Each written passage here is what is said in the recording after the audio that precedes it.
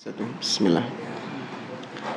Assalamualaikum warahmatullahi wabarakatuh. Innal hamdalillah nahmaduhu wa nasta'inuhu wa nastaghfiruh wa na'udzu billahi min shururi anfusina wa min sayyiati a'malina. Man yahdihillahu fala mudhillalah wa may yudlil fala hadiyalah. Wa asyhadu an la ilaha illallah wahdahu la syarika lah wa asyhadu anna Muhammadan abduhu wa rasuluh. Ya ayyuhalladzina amanu taqullaha haqqa tuqatih wa la tamutunna illa wa antum muslimun. Ya ayyuhan nasu taqu rabbakumul ladzi khalaqakum min nafsin wahidah wa khalaqa minha zawjaha وبث منهما رجالا كثيرا ونساء واتقوا الله الذي تساءلون به والأرحام إن الله كان عليكم رقيبا يا أيها الذين آمنوا اتقوا الله وقولوا قولا سديدا يصلح لكم أعمالكم ويغفر لكم ذنوبكم ومن يطع الله ورسوله فقد فاز فوزا عظيما أما بعد فإن أصدق الحديث كتاب الله وخير الهدي هدي محمد صلى الله عليه وسلم وشر الأمور محدثاتها وكل محدثة بدعة وكل بدعة ضلالة وكل ضلالة في النار. Ma'asyiral muslimin, ikhwani fillah, rahimani wa rahimakumullah. Alhamdulillah, segala puji bagi Allah Subhanahu wa ta'ala yang telah melimpahkan kepada kita nikmat-nikmatnya yang banyak, sehingga di malam hari ini kita dipertemukan kembali oleh Allah untuk kita melanjutkan kembali pembahasan kitab Taujihat Islamiyah li Islahil Fard wal Mujtama', atau bimbingan-bimbingan Islam bagi individu-individu atau masyarakat muslim, oleh Fadilatul Syekh Muhammad bin Jamil Zainu rahimahullahu ta'ala. Setelah pada pertemuan-pertemuan yang lalu kita membahas tentang salat, maka penulis kemudian melanjutkan pembahasan tentang rukun Islam yang berikutnya, yaitu puasa. Meskipun di sini beliau tidak membahas secara detail, tapi nanti insya Allah akan kita lengkapi dari referensi yang lain berkaitan dengan puasa dan keutamaan-keutamaannya. Tapi langsung saja, judulnya di sini adalah As-Siyamu wa Fawaiduhu, puasa dan faedah-faedahnya. Qala Allah Ta'ala, Allah Ta'ala berfirman, Ya ayyuhalladzina amanu kutiba alaikumus siyamu kama kutiba alal ladzina min qablikum la'allakum tattaqun. Wahai orang-orang yang beriman, telah kutiba, ya kutiba artinya aujaba, telah diwajibkan, ya telah diwajibkan oleh Allah atas kalian as-siyam, puasa. Kama kutiba alal ladzina min qablikum, sebagaimana puasa ini juga telah diwajibkan atas umat-umat sebelum kalian, la'allakum tattaqun, agar kalian bertakwa. Tapi dalam ayat ini Allah Azza wa Jalla memanggil orang-orang yang beriman. Allah memanggil dengan panggilan yang terbaik, yaitu dipanggil dengan sifat imannya. Ya, wahai orang-orang yang beriman. Ini menunjukkan pelajaran bahwa kewajiban puasa hanya bagi yang sudah beriman. Adapun yang beriman, maka apabila dia berpuasa maka tidak sah puasanya. Kemudian kata Allah, diwajibkan atas kalian puasa. Ya, kewajibannya di sini berarti adalah kewajiban secara ain, secara individu. Kama kutiba alal ladzina min qablikum, sebagaimana puasa ini juga sudah diwajibkan atas umat-umat sebelum kita. Ini sebagai bentuk tasliyah, penghibur, agar umat Islam yang menjalankan puasa dia tidak merasa, wah ini kok cuman syariat Nabi Muhammad saja yang dibebankan puasa, sedangkan nabi-nabi yang lain umatnya nggak disyariatkan puasa. Ya, maka tidak. Ya, syariat puasa ini adalah syariat nabi-nabi sebelum Nabi Muhammad SAW. Umat-umat sebelum kita, mereka juga sudah diperintahkan untuk berpuasa. Ya, di antara dalil yang menguatkan hal tersebut seperti puasa yang dilakukan oleh Nabi Musa alaihi salam. Ketika Nabi Musa diselamatkan dan Bani Israel diselamatkan dari Fir'aun dan Fir'aun ditenggelamkan, maka fasama Musa syukron lillah. Maka ketika itu Nabi Musa berpuasa untuk Allah, berpuasa untuk Allah sebagai bentuk syukur kepada Allah Subhanahu wa taala. Ya, maka Nabi Musa ya sudah menjalankan ibadah puasa ini. Tapi agar kalian bertakwa. Ya, supaya kalian bertakwa. Banyak ya, nggak cuma puasa saja yang menjadikan kita bertakwa. Semua ibadah itu menjadikan outputnya, orangnya yang melakukannya itu bertakwa kepada Allah. Seperti di surat Al-Baqarah ayat 21, perintah pertama di dalam Al-Quran, ya ayyuhan nas u'budu rabbakumul ladzi khalaqakum walladzina min qablikum la'allakum tattaqun. Wahai sekalian manusia, beribadalah kalian kepada Rabb kalian yang menciptakan kalian dan orang-orang sebelum kalian. Untuk apa ibadah? La'allakum tattaqun, agar kalian outputnya itu menjadi orang-orang yang bertakwa. Apa takwa? Ada banyak definisi dari para ulama. Di antaranya ada yang mendefinisikan takwa adalah akhdhul wiqayah min adzabillah bi fi'li awamiri wajtinabi nawahihi. Ada yang mendefinisikan takwa itu adalah kita menjadikan tameng dari azab Allah. Ya, kita mencari perlindungan, melindungi diri dari azab Allah, mencegah dari azab Allah. Dengan cara apa? Dengan cara kita mengerjakan apa yang Allah perintahkan dan kita menjauhkan diri dari apa yang Allah larang. Ada juga definisi yang baik dari seorang ulama tabi'in yang bernama Talaq ibn Habib rahimahullah. Takwa adalah anta'mala bi ta'atillah ala nurin minallah tarju thawaballah. Takwa artinya adalah engkau menjalankan, mengamalkan ketaatan-ketaatan kepada Allah, tapi harus dengan syarat binurin minallah, dengan cahaya dari Allah. Apa maksudnya cahaya di sini? Dalil, tuntunan, ya, wahyu, ya, dengan tuntunan dalil dari Allah. Bukan dari ngarang-ngarang hawa nafsu, bukan bid'ah. Kemudian dengan tujuan tarju thawaballah, engkau mengharapkan pahala dari Allah Azza wa Jalla. Takwa juga kata beliau, wa antatruka maksiatallah ala nurin minallah takhafu iqaballah, yaitu engkau meninggalkan segala macam perbuatan durhaka kepada Allah, baik itu syirik atau bid'ah atau dosa-dosa maksiat, kau tinggalkan semuanya. Ala nurin minallah, ditinggalkannya itu karena ada larangan dari Allah Azza wa Jalla. Makanya tidak disebut bertakwa misalnya orang nggak mau minum khamr karena memang nggak suka rasanya khamr. Ya, kau kenapa nggak mau minum khamr? Iya, gak doyan rasanya. Nah, ini bukan takwa. Ya, karena takwa dia meninggalkan sesuatu karena dilarang oleh Allah Subhanahu wa taala, meskipun hawa nafsunya suka, meskipun dia menyukainya, tapi dia meninggalkannya semata-mata karena dilarang sama Allah Azza wa Jalla. Takhafu iqaballah, dalam rangka takut akan siksa Allah Azza wa Jalla. Maka dari definisi ini lebih lengkap, karena mengharuskan seseorang ketika bertakwa itu diiringi dengan dalil. Dia mengerjakan sesuatu dengan dalil, dia meninggalkan sesuatu dengan dalil, dan motivasinya adalah karena mengharap surga dan karena takut akan neraka. Ya, ini membantah orang-orang sufi tasawuf yang mereka mengatakan ibadah itu nggak perlu takut neraka, nggak perlu mengharap surga.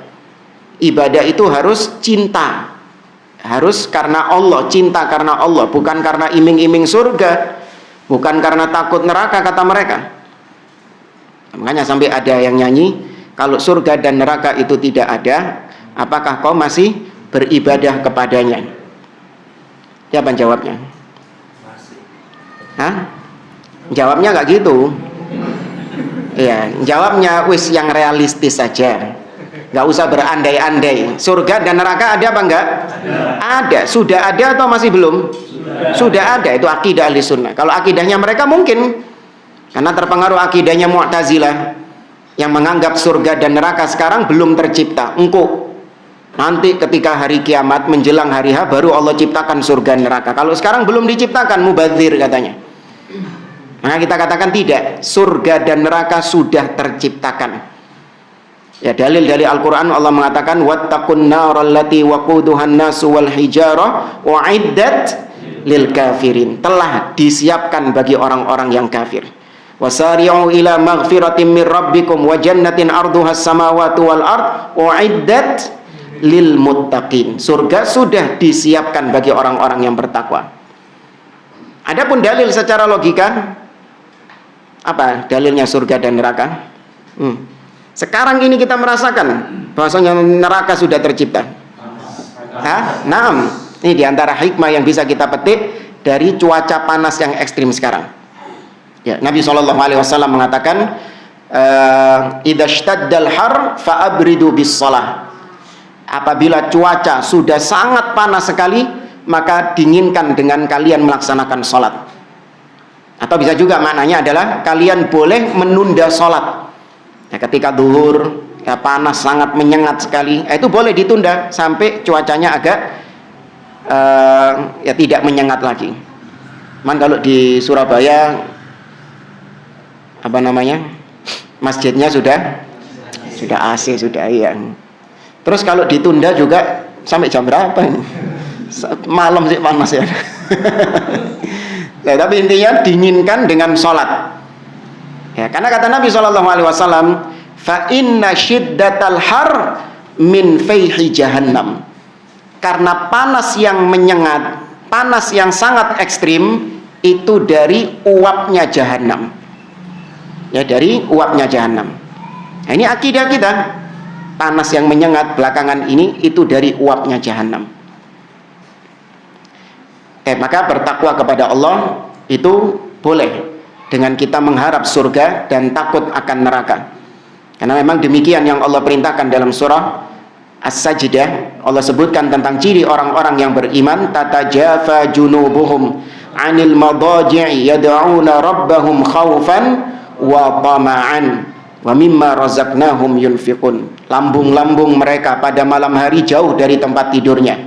Mereka berdoa, beribadah kepada Rabb-nya khaufan, dengan takut, wa tama'an, dan dengan mengharap. Ini berkaitan dengan ayat pertama yang dibawakan oleh beliau. Kemudian dari hadis, ya dari hadis, wa qala Rasulullah sallallahu alaihi wasallam, Nabi sallallahu alaihi wasallam bersabda, as-siyamu junnatun. Puasa itu adalah perisai yang bisa mencegah seseorang dari perbuatan maksiat kepada Allah. Nah ini kita rasakan sendiri ya. Ketika kita sedang berpuasa, maka kita sangat jauh dari perbuatan-perbuatan maksiat. Jangankan perbuatan-perbuatan maksiat, perbuatan yang sia-sia saja, meskipun itu mubah.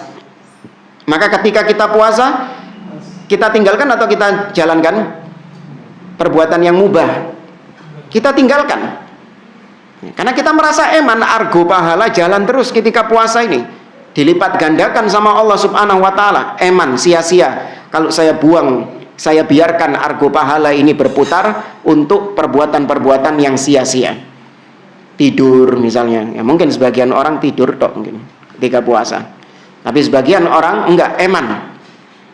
Ya, waktu habis dibuang untuk perkara-perkara yang sia-sia. Hukumnya mubah saja. Ya, apalagi yang maksiat, ya sangat jauh ditinggalkan. Makanya puasa ini perisai.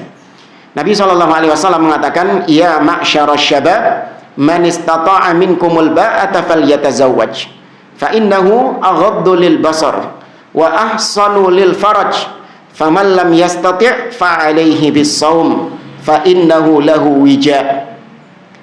Kata Nabi, wahai sekalian syabab, pemuda, Barang siapa di antara kalian yang mampu, maka hendaklah dia menikah.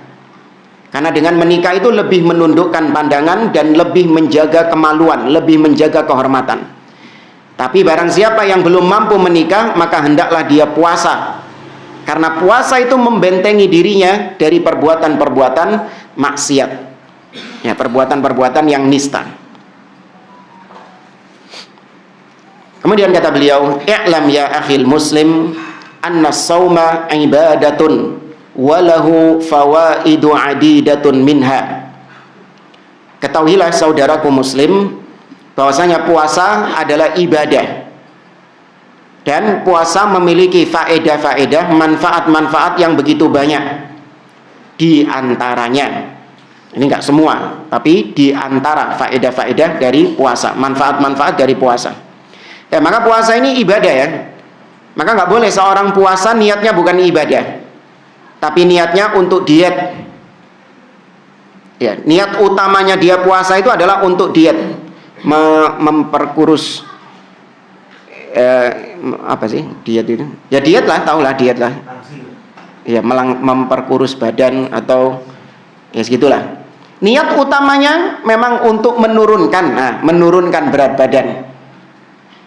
Maka ini nggak boleh, nggak sah. Ya, karena puasa itu adalah ibadah. Maka niat pertamanya adalah untuk mendekatkan diri kepada Allah, untuk menggapai ridha Allah, untuk mencari surga Allah, atau hal-hal yang berkaitan dengan Allah Subhanahu wa ta'ala. Baru kemudian dia memohon kepada Allah dengan puasanya itu supaya turun berat badannya. Ini baru boleh kalau jadi sampingan. Ya, sama seperti misalnya orang sodako, niat utamanya dia itu adalah untuk supaya kaya raya. Ya, karena Allah mengatakan, "Man dzalladzi yuqridullaha qardan hasanan fayudha'ifahu lahu ad'afan katsira." Barang siapa yang ngutangi Allah, maksudnya bersedekah untuk Allah, maka Allah akan menggantinya dengan lipatan-lipatan yang banyak. Ya, makanya sampai ada ustadz-ustadz, dai-dai yang motivasinya sedekah 1 juta nanti diganti 10 juta. Sedekah 10 juta nanti diganti 100 juta. Nah, itu orang semangat sedekah, tapi tujuannya cuma untuk dapat apanya? Dapat gantinya. Enggak, sedekah tetap lillah, untuk Allah Subhanahu wa taala. Ya, adapun ganti yang berlipat-lipat itu adalah janji Allah. Dan Allah tidak menepati janjinya. Allah pasti akan berikan berlipat-lipat. Cuman enggak mesti dalam bentuk fulus. Ya kan? Allah ketika mengganti enggak mesti dalam bentuk fulus. Diberi kesehatan, ya, diberi keturunan misalnya, dihindarkan dari bahaya. Kita nggak tahu. Yang penting kita yakin Allah Azza wa Jalla pasti akan memberikan ganti kepada kita dengan ganti yang berlipat-lipat. Nggak perlu ngecek saldo terus. Ya, habis sedekah dicek terus saldonya. Nggak melbu-melbu ini. Gara-gara ustadz ini mau ini. Wis butuh duit. Iya. Dan maka puasa juga demikian, ibadah. Ya, bukan untuk niatan-niatan yang lain. Yang pertama, kata beliau, di antara manfaat puasa adalah as-saumu yurihu jihazal hadmi wal mu'dati min ana'i amaliha al-mutawasil. Bahwasanya puasa itu bisa mengistirahatkan organ-organ pencernaan, ya, mengistirahatkan perut dari kelelahan perbuatan, kelelahan aktivitas perut. Ya, perut ini capek. Ya, perut ini ada apa istilahnya ya? Ada pekerjaannya perut ini. Bekerja terus perut ini. Maka perlu sewaktu-waktu perut ini diistirahatkan dari pekerjaannya. Ya, jangankan perut ya, organ tubuh ya, namanya benda saja. Barang kalau dia bekerja terus, lama-kelamaan bisa apa? Rusak, ya. Lama-kelamaan bisa rusak. Ya. Apa misalnya? Nah, ini kipas angin ini. Ya, suruh nyala terus seminggu, 2 minggu, 1 bulan, 2 bulan terus bekerja. Apa yang terjadi? Kobong. Iya, rusak. Demikian juga dengan perut. Ya, perut ini kerja terus. Apalagi orang Indonesia makannya, Masya Allah, ya, kerja terus perut ini. Nah, perut ketika dia bekerja terus, lama-kelamaan dia tidak berfungsi dengan baik. Ya, dia tidak akan berfungsi dengan baik. Nah, perut ketika dia tidak berfungsi dengan baik, maka akan melahirkan apa? Penyakit-penyakit yang banyak. Nah, dan memang menurut penelitian, penyakit-penyakit yang banyak itu kebanyakan berawal dari perut. Ya, sumbernya memang dari perut. Wa yudhibul fadalat. Kemudian manfaatnya juga bisa untuk menghilangkan sisa-sisa kotoran yang ada di dalam tubuh kita. Puasa itu. Wa yuqawwi al-jism. Puasa bisa untuk memperkuat fisik, memperkuat ya, tubuh kita. Nah, ini tentu efek jangka panjang ya, bukan terus Anda ketika puasa jarene Ustaz tambah kuat, tambah lemes gini. Enggak. Maksudnya ketika seorang terbiasa puasa, maka fisiknya itu semakin kuat. Kalaupun dia nggak makan 1 jam, 2 jam, ya 5 jam, 6 jam nggak kemasukan makanan, dia masih tetap bisa beraktivitas.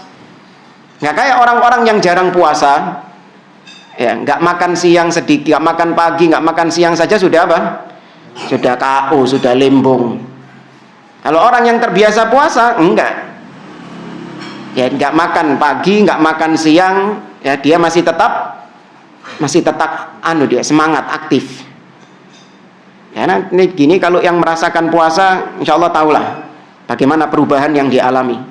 Fisik semakin kuat ketika dia berpuasa. Wa huwa mufidun aidan li amradin katsirah. Dan puasa ini juga sangat bermanfaat sekali untuk menghilangkan banyak jenis-jenis penyakit.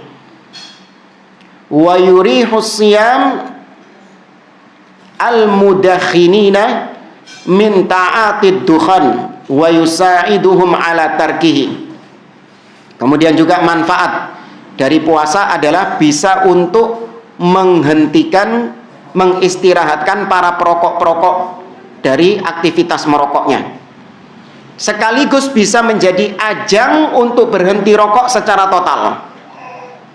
Ya, ajang berhenti rokok secara total. Dan banyak memang ya beberapa ikhwan yang candu rokok, mereka itu memanfaatkan momen Ramadan untuk berhenti ngerokok. Ada nih, selama dia memang benar-benar niat, dia minta taufik dari Allah Subhanahu wa taala, maka insya Allah dimudahkan sama Allah.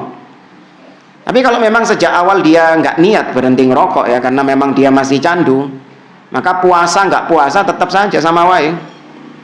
Ya, bahkan jamaah saking candunya ya, ada orang yang buka puasa itu langsung nyumet rokok. Iya. Orang-orang bilang saya nggak makan bisa kuat, nggak minum juga saya bisa kuat, nggak ngerokok ini loh yang nggak bisa gitu. Ya, jadi begitu mau adzan maghrib, ini rokok sudah di tangan gitu, tangan kanannya sudah korek gitu. Begitu adzan Allahu Akbar, langsung dimurup no, saking nggak bisanya nahan itu. Ya, maka orang seperti ini justru dia ketika buka puasa lebih banyak menghabiskan rokok daripada sebelum bulan Ramadan. Sebelum bulan Ramadan mungkin bisa cuman 1 pak saja. Tapi ketika bulan puasa, setelah buka puasa justru dia lebih banyak mengkonsumsi rokoknya karena dianggap balas dendam. Ya. Mumpung durung adzan subuh, dipuas-puas no. Bahkan semakin menjelang adzan subuh semakin apa? Semakin banter. Eman mari ini adzan subuh. Nah, ini orang-orang yang memang nggak niat dia untuk berhenti ngerokok. Tapi kalau dia memang niat berhenti ngerokok, maka insya Allah dimudahkan sama Allah. Puasa selesai. Ya dia nggak akan merokok lagi. Nah, kita pikir secara logis saja. Puasa kalau di Indonesia itu lebih panjang mana? Jamnya puasa atau jamnya berbuka? Berbuka. Puasa sih.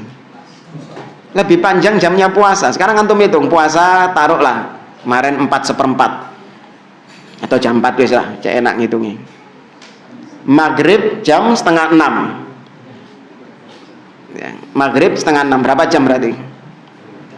12, 13 setengah ya, 13 setengah jam. Baik, sekarang bukanya sisanya itu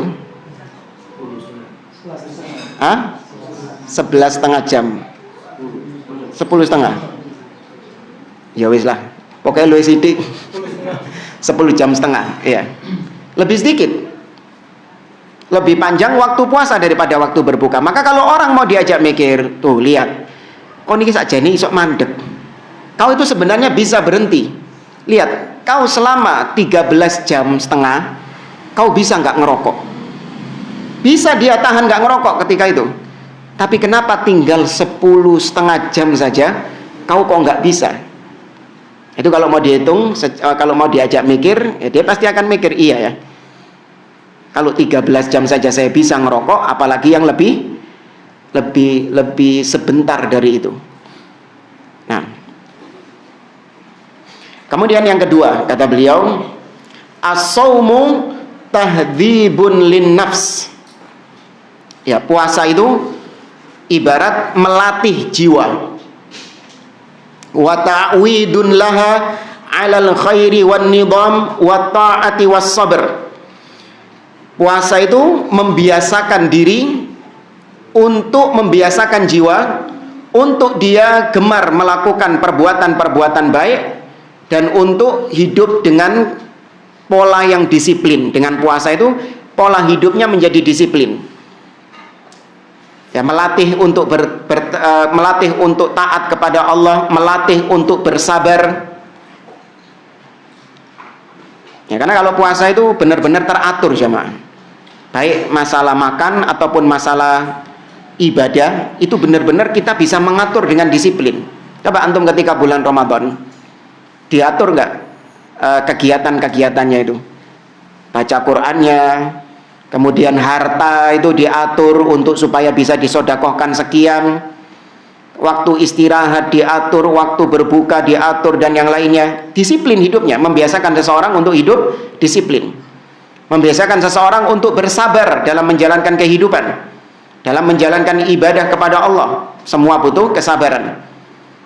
Ya, melatih seseorang untuk dia taat kepada Allah, karena ketika bulan Ramadan banyak pintu-pintu ibadah, pintu-pintu ketaatan yang dilakukan oleh seseorang. Puasanya iya, sholat malamnya iya, sodakohnya iya, tilawah Qur'annya juga iya, ya, zikirnya juga iya, dan yang lainnya. Banyak pintu-pintu ibadah yang dikerjakan di bulan Ramadan sehingga dia digembleng. Makanya bulan Ramadan itu madrasatun imaniyah, madrasah iman, digembleng, ya, diumbah, dicuci sama Allah Subhanahu wa taala. Sehingga orang keluar dari bulan Ramadan dia menjadi pribadi-pribadi yang bertakwa itu.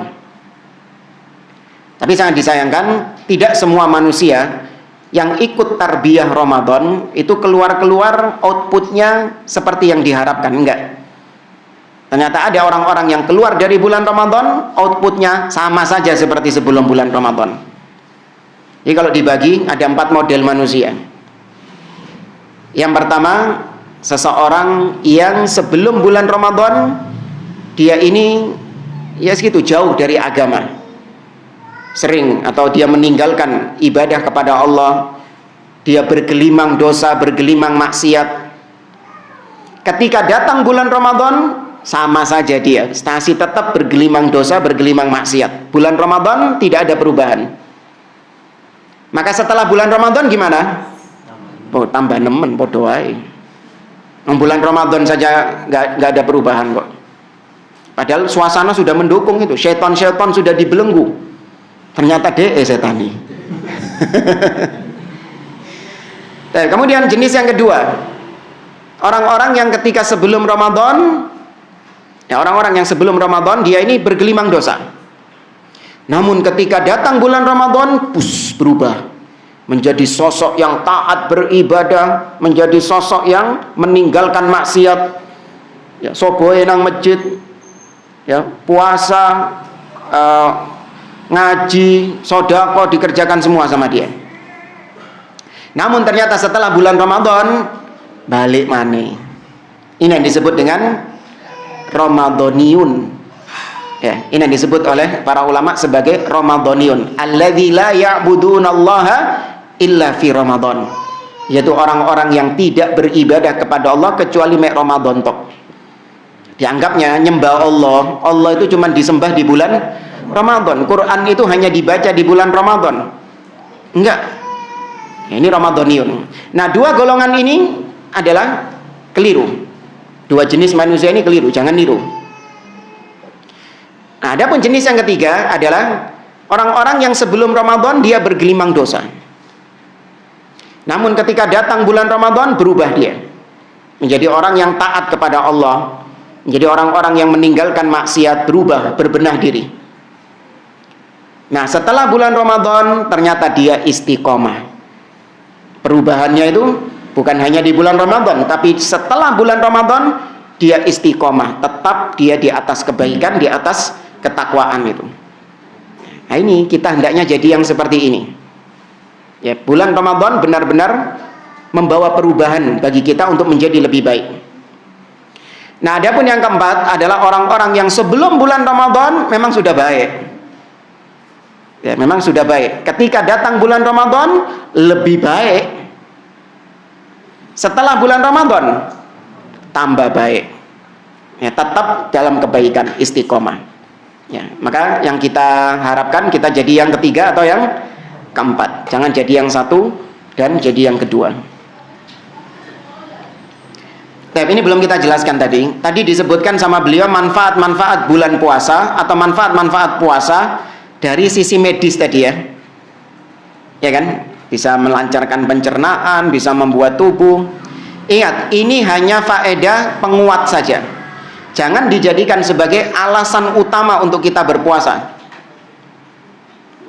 Ya, jangan dijadikan alasan utama untuk kita berpuasa. Ini hikmahnya puasa ini. Nah, seorang muslim, seorang yang beriman, dia ketika datang perintah dari Allah, datang perintah dari Rasul sallallahu alaihi wasallam, langsung dikerjakan apa leren takok hikmahnya dhisik?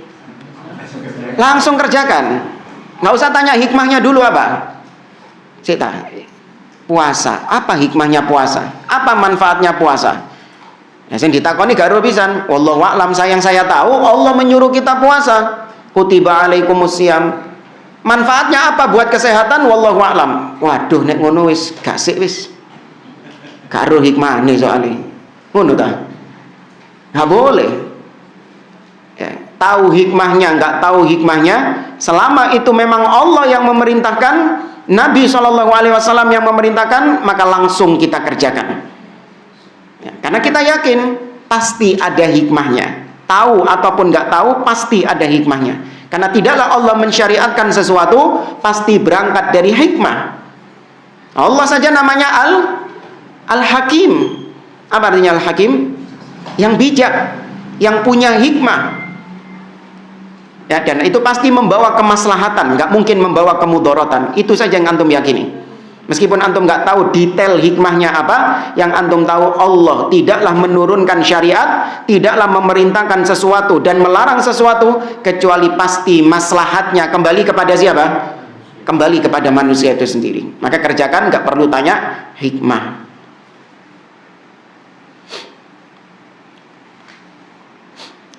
Kemudian yang berikutnya yang ketiga, yash'urus shaimu bil musawati baina ikhwanihi shaimin. Orang yang berpuasa dia akan merasa ada kesetaraan antara dia dengan saudara-saudaranya lain yang juga berpuasa. Ya, adanya kesetaraan antara dia dengan saudara-saudaranya yang lain. Fayasumu ma'ahum wa yuftiru ma'ahum. Puasa bersama mereka dan berbuka puasa juga bersama mereka. Wa yuhissu biwahdatin islamiyatin amah. Dan orang yang berpuasa itu akan merasakan bagaimana umat Islam itu bersatu. Ya, bersatu di atas satu kesatuan puasa ini. Tidak ada perbedaan antara satu dengan yang lain dalam masalah puasa, sama. Ya, antara muslim yang di Indonesia dengan muslim yang ada di luar. Ya, kemudian juga antara laki-laki dengan perempuan. Ya, kalaupun ada perbedaan, hanya perbedaan-perbedaan dari sisi detail teknisnya saja. Tapi merasakan perasaan yang sama. Kon luwe, iya podo aku ya luwe. Kon ngelak, haus, iya podo aku ya ngelak. Ya sama-sama merasakan puasanya itu. Wa yuhissu bil ju' fayuwasi ikhwanahul ja'i'in wal muhtajin. Maka dia merasakan, orang yang berpuasa akan merasakan lapar, sehingga dia juga ikut merasakan seperti yang dirasakan oleh saudara-saudaranya yang lain, yang membutuhkan, yang selama ini kelaparan, yang selama ini susah makan, itu juga dirasakan oleh orang-orang yang kaya, oleh orang-orang yang selama ini makannya enak. Maka di sini ada sisi kesetaraan antara yang kaya dengan yang miskin. Sama, yang kaya merasakan lapar sebagaimana yang selama ini dirasakan oleh orang-orang miskin. Yang kaya, yang berkecukupan merasakan haus sebagaimana yang juga dirasakan oleh orang-orang yang miskin, dan seterusnya. Sehingga ketika muncul seperti itu, maka ikut prihatin, ikut memperhatikan kondisi orang-orang miskin, sehingga muncul namanya ya prihatin dan membantu orang-orang miskin tersebut. Karena dia ngerasakan sendiri bagaimana menjadi orang yang kelaparan, bagaimana menjadi orang yang kehausan, dia merasakan sendiri.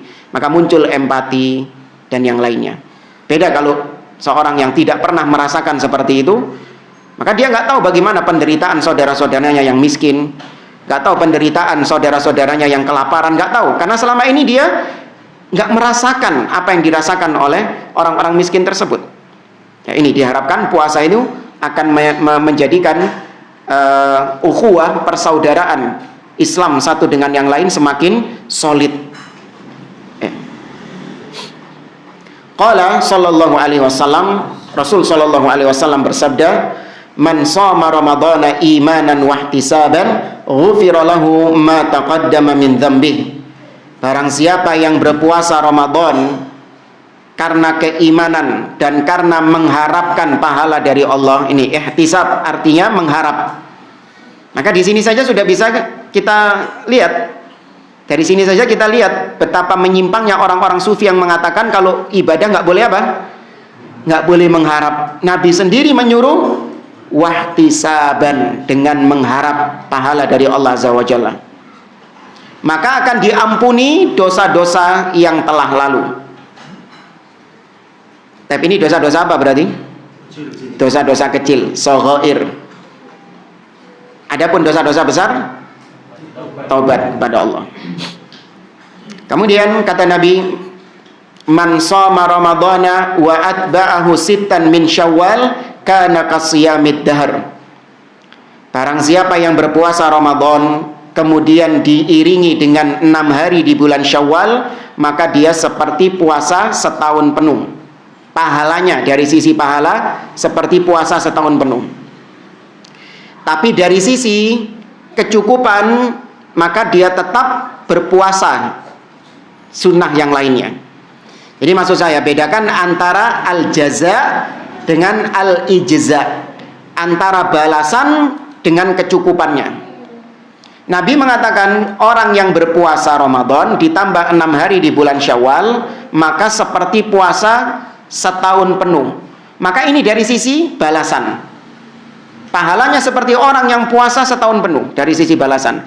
Tapi dari sisi kecukupannya, maka nggak cukup orang itu mencukupkan diri dengan puasa 6 hari di bulan Syawal ditambah Ramadan terus mari ngono gak poso maneh. Enggak, tetap dia dianjurkan puasa yang lain, puasa Senin Kemis lah, atau puasa Asyura nanti kalau di 10 Muharram, atau puasa Arafah lah, tetap dia berpuasa. Jangan mengatakan, waduh, wis mari sik tahun durung durung 1 tahun sean. Ya kan? Syawal, Dzulqa'dah, Dzulhijjah. Nah, tanggal 9 Dzulhijjah ada puasa apa? Puasa Arafah. Nah, jarene wong-wong kan gak puasa Arafah. Saya kemarin sudah 6 hari bulan Syawal. 6 hari bulan Syawal ini kayak puasa tahun penuh. Yo kenek sih an puasa Arafah ini kenek pisan. Apa maksudnya ya? Dapat juga puasa Arafah yang durung setahun kok jari ini. Nah, ini keliru. Sama seperti hadis Nabi mengatakan, "Qul huwallahu ahad ta'dilu thulutsal Qur'an." Qul huwallahu ahad itu setara dengan sepertiga Al-Qur'an. Berarti kul huwallahu ahad 3 kali hatam Quran. Di kandhane ambek kancoe kon tak delok-delok maca Quran kul huwallahu terus. Kul huwallahu terus. Gak tahu Al-Baqarah, gak tahu Ali Imran, gak pernah An-Nisa. Iya, Nabi bersabda, "Qul huwallahu ahad ta'dilu thulutsal Qur'an." Surat Al-Ikhlas setara dengan sepertiga Al-Qur'an. Maka cukup saya membaca Al-Ikhlas 3 kali khatam. Nggak perlu saya baca Al-Baqarah, Ali Imran, An-Nisa kata dia. Ini keliru. Karena yang dimaksud qul huwallahu ahad sepertiga Al-Qur'an dari sisi apa itu? Balasan, tapi dari kecukupan nggak cukup.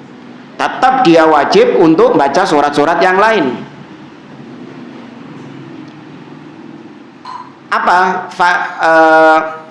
pahala yang didapatkan bagi orang yang umroh di bulan Ramadan? Nah, seperti haji bersama Nabi SAW. Ya, al-umratu fi Ramadan kahajjatin ma'i, kata Nabi. Umrah di bulan Ramadan seperti haji bersamaku. Baik, ada orang umrah di bulan Ramadan. Ya, kemudian setelah umrah dia mengatakan, ya sudah, saya nggak jadi daftar haji.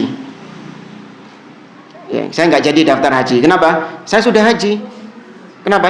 Kemarin umrah di bulan Ramadan pahalanya seperti orang haji, bahkan hajinya sama Nabi loh. Kurang apa? Kan nggak tahu kan kaji ambek Nabi. Maka dia nggak mau daftar haji karena dianggap sudah haji. Nah, betul nggak? Apakah tetap masih wajib haji dia? Tetap masih wajib haji. Meskipun secara pahala dia mendapatkan pahala haji, namun secara kecukupan belum cukup. Ya, belum cukup itu. Untuk menggugurkan kewajiban hajinya belum cukup. Tetap dia wajib melaksanakan haji.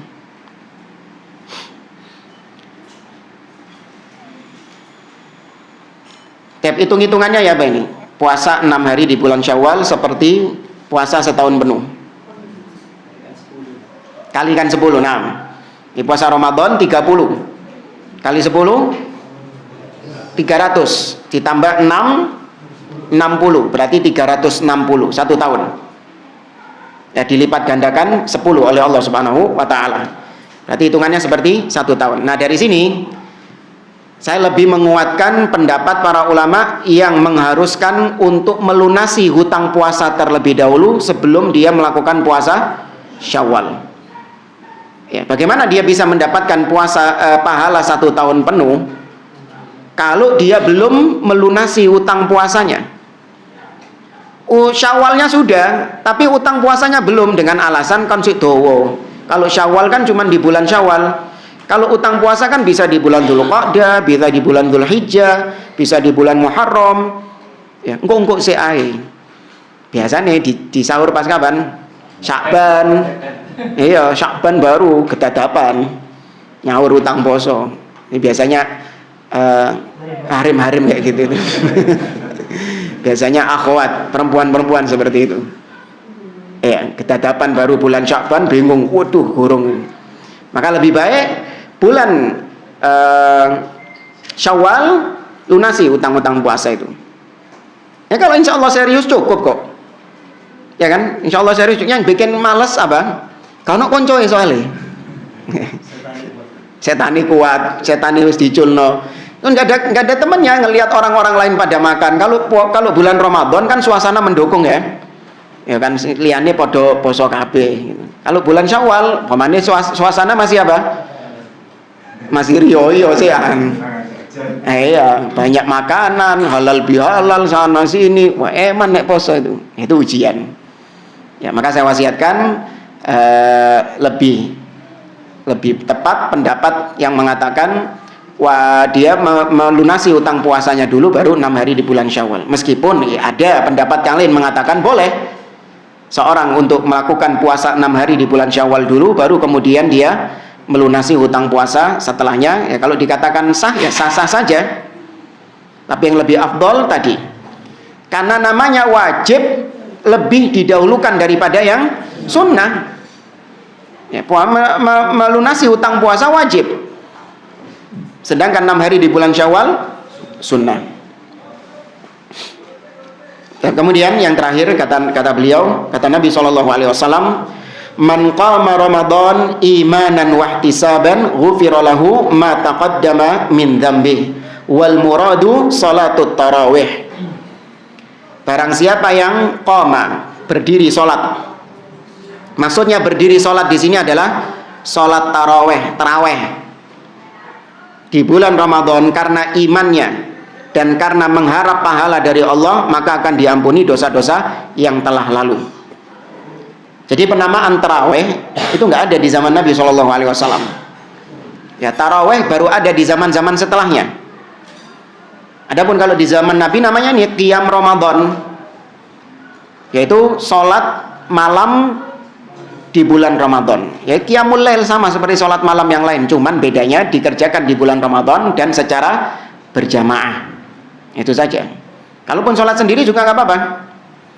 Nah, disebut tarawih berasal dari kata tirwaha yang artinya istirahat. Ya, karena sholat tarawih salam istirahat, kemudian bangkit lagi sholat salam istirahat lagi. Kenapa kok istirahat? Karena sholatnya lama. Iya, karena sholatnya lama. Adapun di sini salam langsung berdiri lagi, salam langsung berdiri lagi. Berapa jam? Gak sampai sak jam. Nah, ini gak bicara sing 7 menit 8 menit enggak, ini mau stres ini. Nah, ini bicara yang normal saja lah. Antum keluar dari masjid sholat tarawih jam berapa biasanya?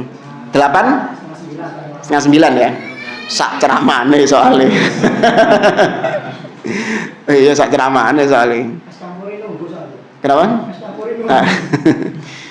Ya mungkin jam 8. Ya, isyaknya mungkin sekitar jam 7 kurang 10 kurang seperempat isya. Ya, jam 8 selesai. Tapi jamaah, insya Allah kita lanjutkan di pertemuan berikutnya tentang apa-apa yang diwajibkan ketika bulan Ramadan. Ya, apa-apa yang diwajibkan, apa-apa yang seharusnya kita kerjakan di bulan Ramadan. Tapi Allah Ta'ala alam, mungkin ada yang mau ditanyakan, tafadhol.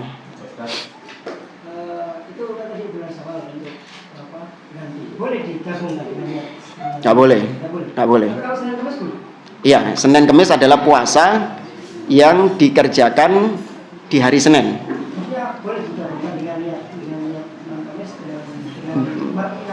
Bahkan utang puasa boleh. Difatwakan oleh para ulama boleh. Adapun bulan Syawal enggak, karena bulan Syawal ini khusus. Iya, khusus. Beda sama Senin. Ya. Tahiyatul masjid. Tahiyatul masjid adalah sholat apapun yang dikerjakan sebelum duduk. Mau dia qobliyah duhur, mau dia qobliyah subuh, digabung dengan qobliyah subuh, tidak apa-apa. Yang penting dikerjakan sebelum duduk. Nah, demikian juga dengan puasa Senin, Kemis adalah puasa yang dikerjakan di hari Senin. Bisa puasa Daud, ya bisa puasa Arafah, ya bisa puasa apapun itu. Yang penting dikerjakannya di hari Senin atau bahkan mengkhususkan puasa di hari Senin itu. Ya, wallahu a'lam. Antum dulu, fadhil. Ini Ustaz yang mengenai hadis dari Rasulullah, berapa banyak orang yang berpuasa tidak mendapatkan apa-apa kecuali lapar dan dahaga. Kan itu nanti ada hubungannya dengan 3 tingkatan orang berpuasa itu, Ustaz. Apa memang itu dari Rasulullah tentang puasanya orang umum, puasanya orang khusus, terus puasanya orang yang khususnya khusus gitu, Ustaz? Kan umumnya kan gitu, Ustaz ya. Ya, itu penamaan saja dari sebagian orang. Kalau dari hadisnya Nabi sendiri nggak ada. Nggak ada pembagian seperti tadi, itu memang nggak ada. Tapi di sini kita melihat realita yang ada, fakta yang ada di lapangan memang demikian. Ada orang-orang yang memang kita lihat bulan Ramadan itu nggak berubah dia itu. Podo ae. Sebelum Ramadan yang ngono, Ramadan yang ngono, marine Ramadan yang ngono, podo. Nah, ada orang-orang yang kita lihat bulan Ramadan itu tahu-tahu jadi religius. Iya. Gak tahu nih gawe gamis, gak tahu nih sopo masjid. Yang ngelihat statusnya itu di WA moro-moro statusnya ayat Quran, hadisan. Duwe kanca yang ngono kan? Banyak kayak gitu. Ternyata mari riyo hilang kabeh. Balik kayak dulu lagi sebelum Ramadan. Ada yang kayak gitu. Dan ada orang-orang ketika selesai Ramadan ternyata enggak istiqomah dia. Ya tetap soboy nang masjid, ya tetap rajin ibadah, tetap ya, ada nggak seperti ini? Ini dilihat dari fakta yang ada. Memang nggak ada dalil seperti tauhid dibagi 3. Rububiyah, uluhiyah, asma wa sifat. Memang Nabi nggak pernah mengatakan tauhid dibagi 3. At-tauhid yang qasimu ila thalathati aqsam. Rububiyah, uluhiyah, asma. Memang nggak pernah. Tapi para ulama dengan mutola'ah melihat realita fakta yang ada, maka tauhid yang diperhatikan dalam dalil-dalil Al-Quran dan Sunnah tidak keluar dari 3 jenis tadi. Ya, ini hanya sebatas mengungkap fakta. Para ulama mengungkapkan fakta yang ada, bukan memunculkan sesuatu yang baru. Awas, bukan.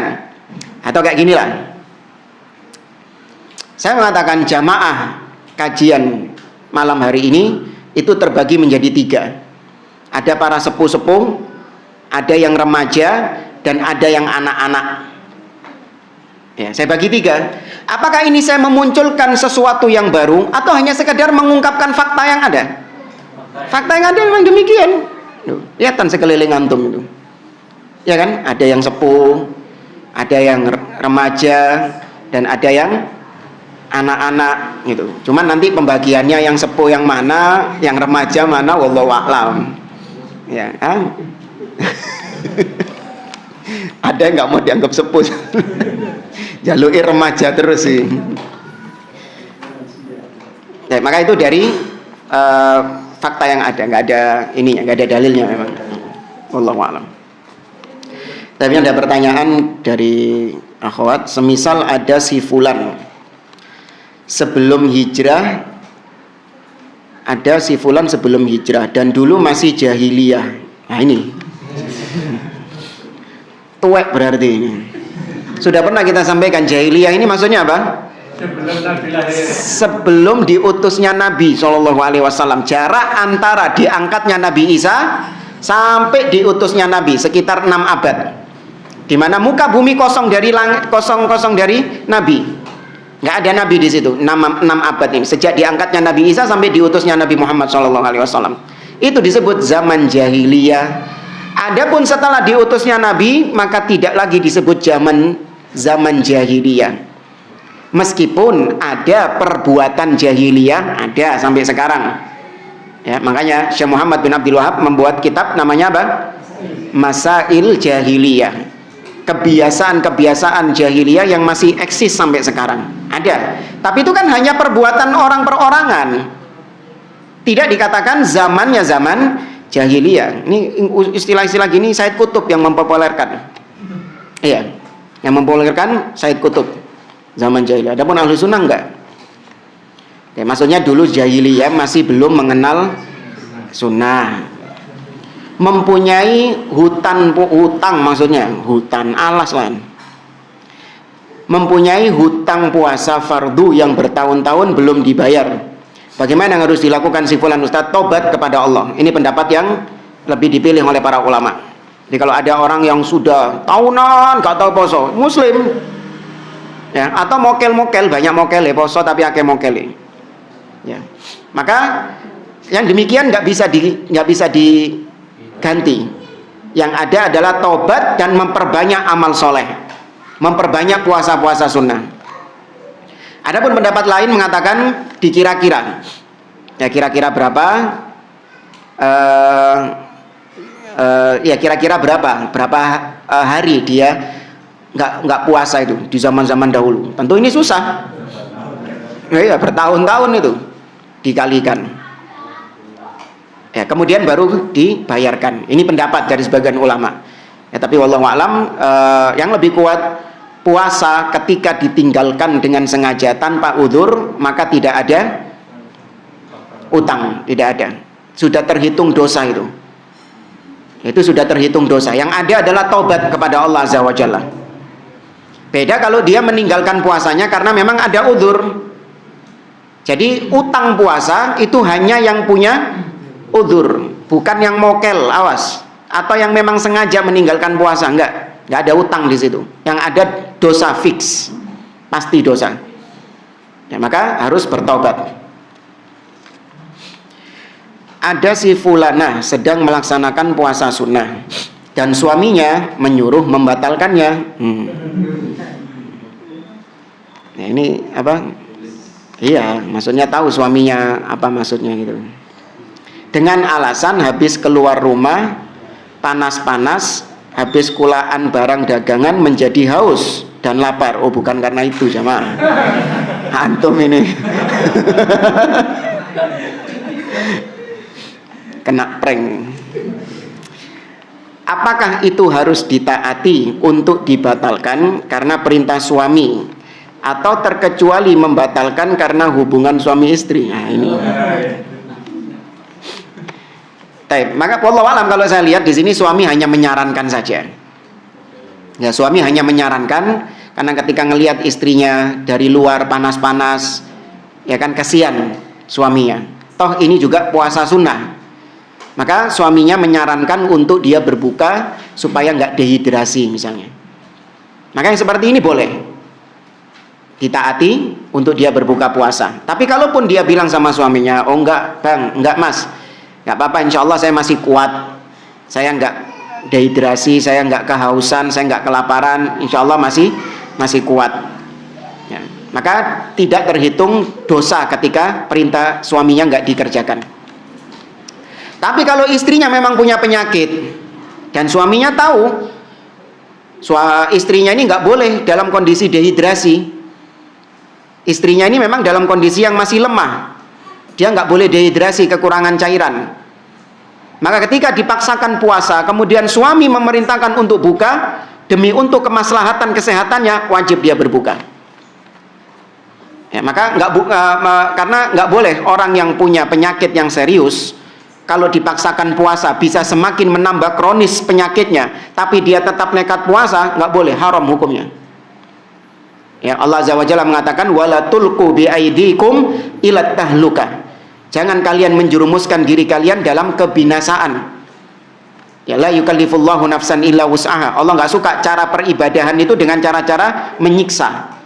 Seperti ibadahnya orang-orang Nasoro, menyiksa diri dalam rangka beribadah kepada Allah. Gak gelem mangan, gak gelem ngombe, gak gelem rabi. Ya kan? Cara peribadahannya mereka kan gitu. Cara-cara apa? Biarawan, ya biarawan, menyiksa diri dalam rangka beribadah kepada Allah. Di Islam nggak ada itu. Ya, apa yang mampu dikerjakan, yang nggak mampu ditinggalkan. Nah, Allahu a'lam. Cukup? Ya. Yang pertama, menjalankan puasa sunnah, puasa di bulan Syawal 6 hari itu sengaja mencari-cari tanggal sehingga jatuh di tanggal 13, 14, 15. Dimulainya di hari Senin, Selasa, Rabu, Kamis, Jumat, Sabtu. Nah, dan 6 hari ini di dalamnya ada 3 hari bulan Ramadan. Apakah ini diperbolehkan? Sengaja mencari Ayyamul Bid. Ya, sama dengan puasa Senin Kemis, Ayyamul Bid. Puasa apapun yang dikerjakan di 3 hari tersebut. Bisa Senin Kemis, bisa puasa Daud, bisa puasa Arafah, boleh digabungkan niatnya. Sepanjang sunnah boleh ya? Iya, boleh. Terus yang kedua, dan memang itu hanya berkaitan dengan waktunya, berkaitan dengan waktunya. Terus yang kedua tadi mengenai mokel tadi, Ustaz. Mokel, iya. Memang kebiasaan yang saya jumpai, Ustaz, kebiasaan imam-imam itu seperti yang diungkapkan sama penanya tadi, Ustaz. Jadi kalau puasa wajib, Ustaz, kondisi panas sekalipun itu bisa bertahan, Ustaz. Namun ketika puasa Senin dan Kamis dan terkutip bermudah-mudahan untuk berbuka. Nah, gimana pendekatannya? Ya, seorang masing-masing tahu ya kondisi dirinya. Kita nggak bisa ngejudge, oh fulan kok mokel puasa sunnah, oh berarti fulan ini menggampangkan bermudah-mudahan. Ya belum tentu juga.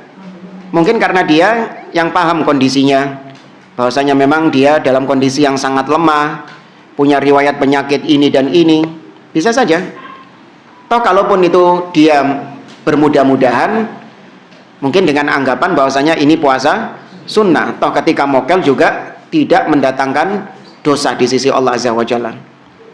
Beda dengan puasa wajib, ada iman dalam dirinya bahwasanya ketika saya mokel maka ada dosa, ada ancaman dari Allah, ada siksa dari Allah Subhanahu wa taala, maka ini semakin menambah ketakutannya. Itu diantara faedah yang belum kita sebutkan. Puasa itu menjadikan seseorang mengimani Allah Subhanahu wa taala baik dalam kesendirian ataupun di depan banyak orang. Ya, puasa meningkatkan keikhlasan kepada Allah. Bahwasanya ibadah yang kita kerjakan itu hanya untuk Allah, bukan untuk manusia. Apa maksudnya? Antum ketika berpuasa, antum itu punya banyak waktu sendirian, gak dilihat sama orang. Opo gak mokel? Padahal antum mokel, kemudian keluar rumah, keluar kamar, antum menampakkan diri seperti orang yang berpuasa lagi di depan manusia. Bisa nggak? Bisa. Kenapa? Padahal di dalam kamar itu akeh panganan-panganan, banyak minuman-minuman. Kalaupun kita makan, gak ono wong sing ngeru. Nggak ada orang yang tahu kita minum, nggak ada orang yang tahu. Kenapa nggak kita lakukan? Ini ada keimanan di sini. Allah Subhanahu wa taala Maha melihat kita. Allah Azza wa Jalla Maha mengetahui perbuatan kita. Ya kan? Di situ ada keimanan terhadap Allah Subhanahu wa taala. Bahasanya saya lapar, saya makan, saya lapar, saya haus bukan untuk manusia, tapi untuk dilihat sama Allah supaya diberi pahala oleh Allah Azza wa Jalla. Dan juga nggak bisa kalau ditampakkan puasa ini. Coba antum nanti siang-siang, apa membedakan orang yang puasa sama enggak? Nggak tahu. Ini kalau misalnya saya di HP nunjukkan foto, ada dua orang, satu pakai kain ihram, satu pakai gamis biasa seperti ini. Kemudian sampean tak tanya, siapa di antara dua orang ini yang sedang menjalankan umroh? Apa jawaban antum? Ketok sing ihraman, iki sing umroh iki. Sing gamisan nggak mungkin lagi umroh, ya kan? Nggak boleh soalnya kan, berihram pakai nggak boleh. Terus kemudian ada dua orang, yang satu pegang koran, yang satu pegang mushaf. Kemudian saya tanya, mana di antara mereka berdua yang lagi baca Quran? Tahu yang pegang mushaf, ini yang baca Quran. Iya. Nah kalau puasa, yang satu puasa, yang satu enggak. Tak tunjuk no sampean, mana yang puasa, mana yang enggak. Sing di? Sing lemes. Hah? Sing pucet iki. Iki sing pucet iki. Iki poso iki. Gak mesti bae sing waras ya pucet raine. Loro soalnya, anemia, kurang darah. Bisa. Oh itu Ustaz yang bau mulutnya itu naudzubillah. Itu yang sedang puasa, belum tentu juga. Mungkin tadi pagi yang nggak sikat gigi. Ya, maka puasa adalah ibadah yang tersembunyi, nggak ada yang tahu kecuali antum sama Allah Azza wa Jalla. Ya, maka diantara faedah puasa melatih keikhlasan. Kalau puasa saja antum bisa ikhlas hanya untuk Allah, maka jadikan semua ibadah-ibadah antum kayak gitu. Ya, nggak perlu orang tahu. Yang penting Allah tahu. Ya, orang tahu nggak penting. Yang penting Allah Azza wa Jalla mengetahuinya. Ya. Mengenai puasa yang Nabi Musa itu, apakah saat kita mendapatkan kebahagiaan rezeki saking bahagianya kita aplikasikan dengan puasa sunnah? Apakah boleh? Iya, ketika seseorang dalam rangka bersyukur kepada Allah Subhanahu wa taala, dia puasa. Tapi itu bukan puasa yang diistilahkan kemudian dengan ini puasa dalam rangka bahagia, enggak. Itu puasa mutlak saja. Ya, puasa mutlak. Apapun ibadah yang antum kerjakan dalam rangka bersyukur kepada Allah. Entah antum aplikasikan dengan sodako, antum aplikasikan dengan sholat malam misalnya, ya, karena sudah diberi nikmat sama Allah dalam bentuk syukur kepada Allah. Sudah ada kan sholat malamnya kan, syariatnya kan, sudah ada. Jadi tidak dikatakan ini sholat atau ini puasa dalam rangka saya mendapatkan nikmat ini dan ini, enggak. Tapi yang diniatkan adalah puasa mutlak. Ya, meskipun motivasinya adalah dalam rangka bersyukur kepada Allah. Semua ibadah itu sebenarnya syukur kepada Allah. Ya kan? Semua ibadah itu semuanya adalah dalam rangka bersyukur kepada Allah. Kita diberi nikmat oleh Allah, maka kewajiban kita atas nikmat tersebut adalah mentaati Allah. Ya, bersyukur kepada Allah dengan cara mentaati Allah. Maka semua ibadah itu adalah bentuk syukur kepada Allah. Baik, saya kira ini wallahu a'lam bishawab. Kita akhiri. Subhanakallahumma wa bihamdik asyhadu an la ilaha illa anta astaghfiruka wa atubu ilaik. Wassalamualaikum warahmatullahi wabarakatuh.